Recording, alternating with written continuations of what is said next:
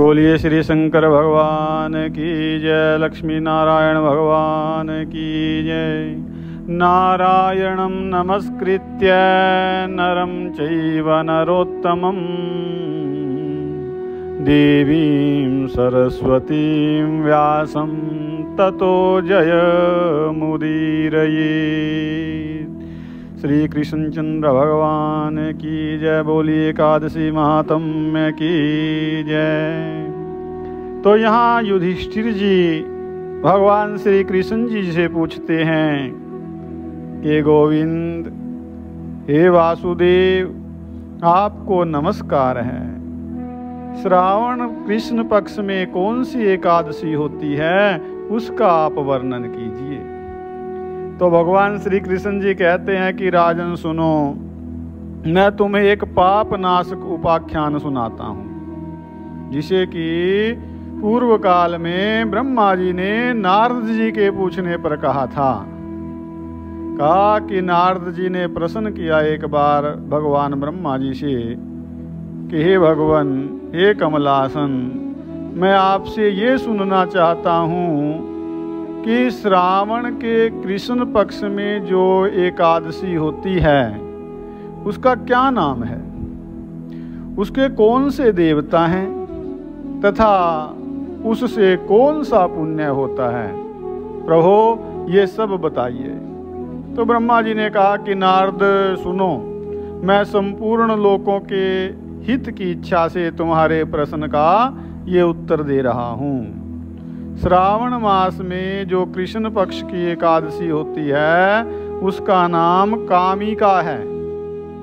उसके स्मरण मात्र से वाजपेय यज्ञ का फल मिलता है। उस दिन श्री हरि, श्रीधर, विष्णु, माधव, मधुसूदन आदि नामों से भगवान का पूजन करना चाहिए। भगवान श्री कृष्ण के पूजन से जो फल मिलता है वह गंगा, काशी, नैमिषारण्य तथा पुष्कर क्षेत्र में भी सुलभ नहीं है, अर्थात आसानी से नहीं मिलता। सिंह राशि के बृहस्पति होने पर तथा व्यतिपात और दंड योग में गोदावरी स्नान से जिस फल की प्राप्ति होती है वही फल भगवान श्री कृष्ण के पूजन से भी मिलता है। और जो समुद्र और वन सहित समूची पृथ्वी का दान करता है तथा जो कामिका एकादशी का व्रत करता है, वे दोनों समान फल के भागी माने गए हैं। जो ब्याई हुई गाय को अन्यान्य सामग्रियों सहित दान करता है, जैसे वस्त्र, उसका घास फूस, सोने के सींग, चांदी के खूर इत्यादि जो भी सामग्री होती है, गले की घंटी आदि सहित सभी उपकरणों सहित कोई गाय का दान करता है और उसको जिस फल की प्राप्ति होती है वही कामिका का व्रत करने वाले को मिल जाता है, उतना ही पुण्य। जो नरश्रेष्ठ श्रावण मास में भगवान श्रीधर का पूजन करता है उसके द्वारा गंधर्वों और नागों सहित संपूर्ण देवताओं की पूजा हो जाती है। तो इसलिए पाप भीरू मनुष्यों को यथाशक्ति पूरा प्रयत्न करके कामिका के दिन श्री हरि का पूजन करना चाहिए। जो पाप रूपी पंख से भरे हुए, अर्थात पाप रूपी कीचड़ से भरे हुए इस संसार सागर में डूब रहे हैं, उनका उद्धार करने के लिए कामिका का व्रत सबसे उत्तम है, सबसे श्रेष्ठ बताया गया। और बताया कि अध्यात्म विद्या पारायण जो पुरुष हैं उनको जिस फल की प्राप्ति होती है उससे बहुत अधिक फल कामिका व्रत का सेवन करने वालों को मिलता है। कामिका का व्रत करने वाला मनुष्य रात्रि में जागरण करके, अर्थात रात को जाग करके जो भजन कीर्तन करता है उसको करके न तो कभी भयंकर यमराज का दर्शन करता है और न कभी दुर्गति में ही पड़ता है।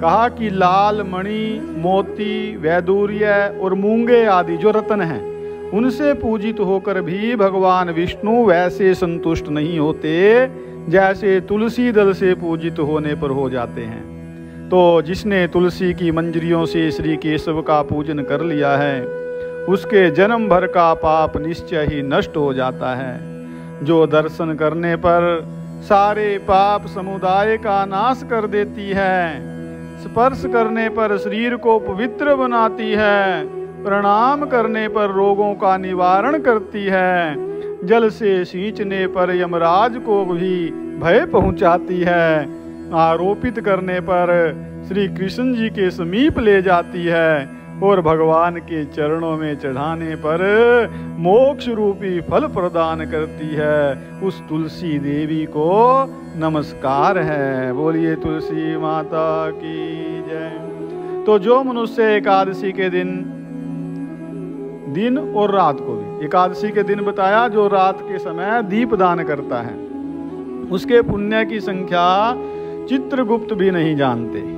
एकादशी के दिन भगवान श्री कृष्ण के सम्मुख जिसका दीपक जलता है, उसके पितर स्वर्ग लोक में स्थित होकर के अमृत का पान करते हैं, अमृत पान से तृप्त होते हैं। तो घी अथवा तिल के तेल से भगवान के सामने दीपक जला करके मनुष्य देह त्याग के पश्चात करोड़ों दीपकों से पूजित हो स्वर्ग लोक में जाता है। तो इसमें जो है एकादशी में जागरण का, कीर्तन का, भगवान केशव के पूजन का जो फल है, तथा तुलसी का बड़ा महत्व इसमें बताया कि इसमें तुलसी से भगवान का पूजन करना चाहिए, और रात को दीपक दान। तो ये इसमें विशेष करके बताया गया है। कुछ मनुष्य जो है हर एकादशी को विशेष प्रसाद ग्रहण करते हैं, भगवान पर चढ़ाते हैं सागार। तो इस एकादशी में कहीं लिखा है ग्रंथ में कि दूध का सागार लिया जाता है। इसके बाद भगवान श्री कृष्ण कहते हैं एक महात्म्य सुना करके कि युधिष्ठिर, ये तुम्हारे सामने मैंने कामिका एकादशी की महिमा वर्णित की है। जो एकादशी का व्रत है उसके बारे में बताया। कामिका सब पातकों को हरने वाली है। ये पातकों को मतलब पापों को भी हरती है।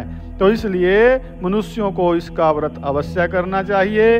यह स्वर्गलोक तथा महान पुण्य फल प्रदान करने वाली है। तो जो मनुष्य श्रद्धा के साथ इसका महात्म्य श्रवण करता है, जैसे आपने किया, वह सब पापों से मुक्त होकर के और श्री विष्णु लोक में जाता है। बोलिए एकादशी महात्म्य की जय। सर्वे भवन्तु सुखिनः, सर्वे सन्तु निरामया, सर्वे भद्राणि पश्यन्तु, मा कश्चित् दुःखभाग् भवेत्। ओम शान्तिः शान्तिः शान्तिः।